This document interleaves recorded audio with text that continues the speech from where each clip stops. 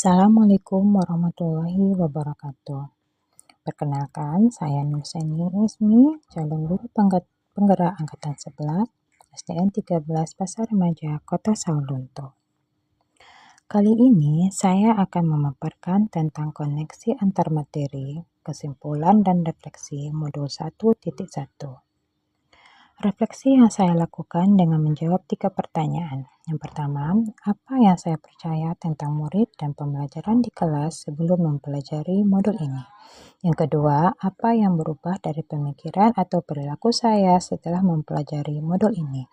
Yang ketiga, apa yang dapat segera saya terapkan lebih baik agar kelas saya mencerminkan pemikiran Ki Hajar Dewantara? Menurut Ki Hajar Dewantara, pendidikan dan pengajaran tidaklah sama. Pengajaran adalah bagian dari pendidikan. Pengajaran adalah proses pendidikan dalam memberi ilmu pengetahuan untuk kecakapan hidup anak secara lahir dan batin. Pendidikan pada hakikatnya adalah menuntun atau memberi tuntunan terhadap segala kodrat yang dimiliki anak agar ia mencapai keselamatan dan kebahagiaan yang setinggi-tingginya baik sebagai manusia maupun sebagai anggota masyarakat. Selain itu, pendidikan menciptakan ruang bagi peserta didik untuk bertumbuh secara utuh agar mampu memuliakan dirinya dan juga orang lain serta menjadi mandiri.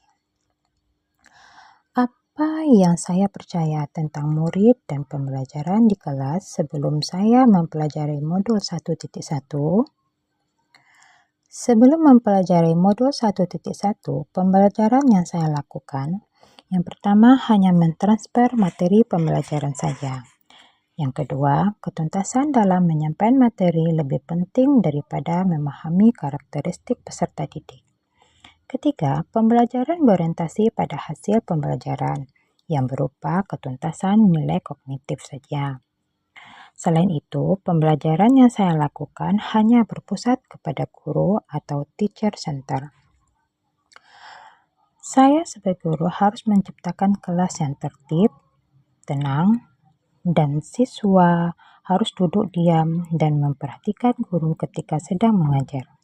Saya memandang dengan disiplin yang ketat dan teratur adalah kunci untuk mencapai tujuan pembelajaran dengan baik. Kemudian, saya sering tidak memperhatikan apakah murid benar-benar sudah paham atau belum tentang materi pembelajaran yang sudah saya ajarkan. Dan saya hanya meminta murid untuk menghafal materi pembelajaran yang saya berikan. Bila nilai murid sudah mencapai KKM, saya menganggap pembelajaran yang telah saya ajarkan sudah berhasil. Dan saya sering merasa gagal apabila banyak murid yang tidak tuntas setelah melakukan evaluasi yang saya berikan. Apa yang berubah dari pemikiran atau perilaku saya setelah mempelajari modul ini? Setelah saya mempelajari dan memahami modul 1.1 tentang pemikiran Ki Hajar Dewantara, saya menyadari bahwa apa yang saya pikirkan dan saya lakukan selama ini tidaklah tepat. Setelah mempelajari modul 1.1, saya menyadari seharusnya saya melakukan proses pembelajaran secara menyeluruh. Bukan hanya mengandalkan aspek kognitif saja, tetapi juga aspek afektif, psikomotor, spiritual, dan sosial budaya. Selain itu, saya juga harus memandang murid sebagai subjek pembelajaran. Saya memberikan kebebasan berekspresi, mengemukakan pendapat, dan berkreasi. Sebagai guru, saya harus menjadi fasilitator dalam proses pembelajaran.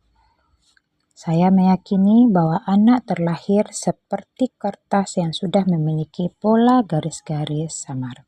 Saya kini memahami bahwa setiap yang lahir dengan faktor bawaan yang unik, dengan kodrat alam dan kodrat zamannya. Tugas guru adalah menebalkan pola baik yang mereka miliki dan menutup pola yang kurang baik yang ada pada diri anak tersebut, serta menuntun mereka, menemani mereka, serta membimbing mereka menuju cita-citanya. Sebagai guru, saya harus mempelajari dan mengenali karakteristik murid, minat dan bakat mereka. Saya harus memandang murid sebagai pribadi yang unik karena setiap murid memiliki kelebihan dan kekurangannya masing-masing. Apa yang dapat saya terapkan lebih baik agar kelas saya mencerminkan pemikiran Ki Hajar Dewantara? Yang dapat segera saya terapkan dalam pembelajaran di kelas antara lain, yang pertama, merancang pembelajaran yang interaktif dan menyenangkan dengan melibatkan murid sesuai dengan metode yang student center. Yang kedua, menerapkan pembelajaran abad 21 seperti berpikir kritis, kreatif, komunikatif, dan kolaboratif. Sebagai guru, saya harus mengenali karakter dan latar belakang murid dengan menjalin komunikasi yang baik. Mengutamakan proses dalam pembelajaran bukan hanya saja hasil. Dan menerapkan integrasi pendidikan budi pekerti dalam proses pembelajaran. Kesimpulan yang dapat saya ambil setelah mempelajari modul 1.1 tentang pemikiran Ki Hajar Dewantara, pendidikan yang tepat adalah pendidikan yang menuntun, bukan menuntut. Pendidikan yang merdeka yaitu pendidikan yang berpihak kepada anak. Pendidikan bukan hanya tentang hasil, tetapi juga memperhatikan prosesnya.